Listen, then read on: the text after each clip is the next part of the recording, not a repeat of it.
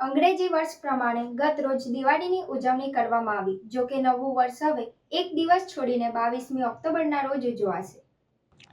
પરંપરાગત પંચાંગ પ્રમાણે દિવાળી અને નવ વર્ષ વચ્ચેનો છોડી દેવાલો દિવસ ધોકા એટલે કે પડતર દિવસ તરીકે ઓળખાય છે અને આમ કરવા પાછળ ખગોળીય ગણતરી જવાબદાર હોય છે.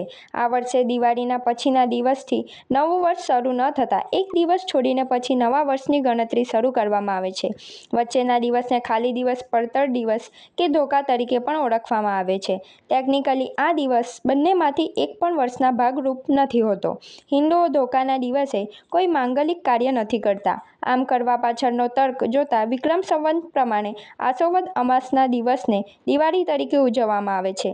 ધારો કે બીજા દિવસે 6 વાગ્યા અને 8 મિનિટે સૂર્યોદય થવાનો હોય, પરંતુ ચંદ્રની કળા વિકળાની ગણતરી પ્રમાણે એ સમયે દિવાળી ચાલુ હોય તો એ દિવસથી નવું વર્ષ શરૂ ન થઈ શકે. સાંસ્કૃતિક, ધાર્મિક, પ્રાકૃતિક અને ભૌગોલિક વૈવિધ્ય ધરાવતા ભારતમાં અલગ અલગ રાજ્યમાં અલગ અલગ દિવસે નવું વર્ષ ઉજવવામાં આવે છે. ગુજરાતમાં વસતા વિવિધ સમુદાયોમાં પણ એક કરતાં વધુ નવા વર્ષ ઉજવાય છે. આ સિવાય ઐતિહાસિક ઘટનાઓ, હસ્તીઓ, શાસકીય કાયદાકીય જરૂરિયાતોના આધારે વર્ષની ગણતરી બદલાતી રહે છે.